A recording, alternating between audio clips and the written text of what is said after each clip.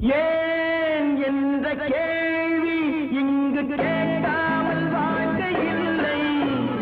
நான் என்ற எண்ணம் கொண்ட மனிதன் வாழ்ந்ததில்லை. ஏன் என்ற கேள்வி இங்கு கேட்காமல் வாழ்க்கை இல்லை. நான் என்ற எண்ணம் கொண்ட மனிதன் வாழ்ந்ததில்லை.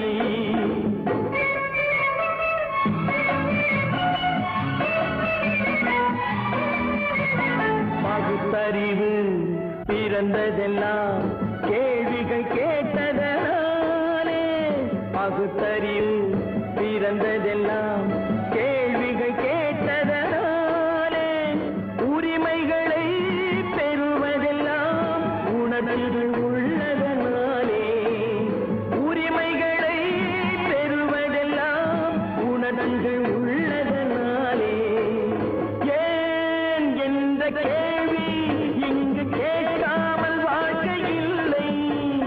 நான் என்ற எண்ணம் கொண்ட மனிதன் வாழ்ந்ததில்லை.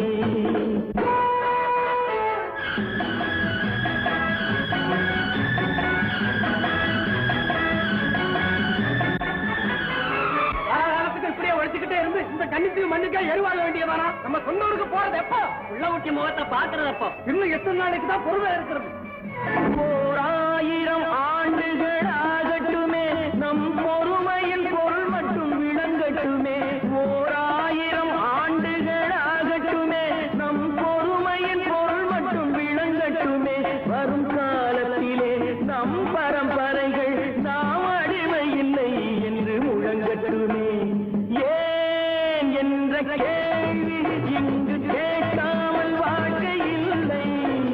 நான் என்ற எண்ணம் கொண்ட மனிதன் வாழ்ந்ததில்லை. உகடி, சீக்கிரமே இந்த தீவு சொற்கபடி ஆகிவிடும் போது எல்லாம் இந்த அடிமைகளின் உழைப்பால் தானே? சந்தேகம் என்ன? நமக்கு வாய்த்த அடிமைகள் மிக மிக திறமைசாலிகள். ஆனால் வாய்தான் காது வரை இருக்கிறது.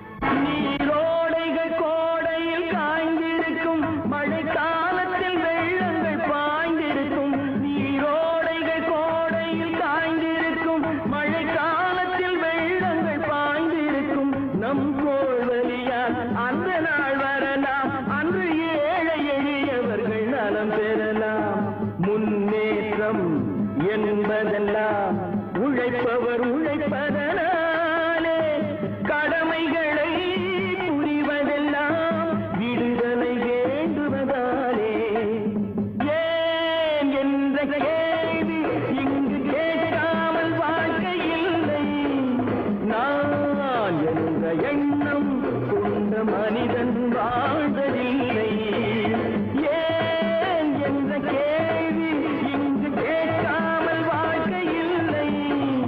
நான் என்ற எண்ணம் கொண்ட மனிதன் வாழ்ந்ததில்லை.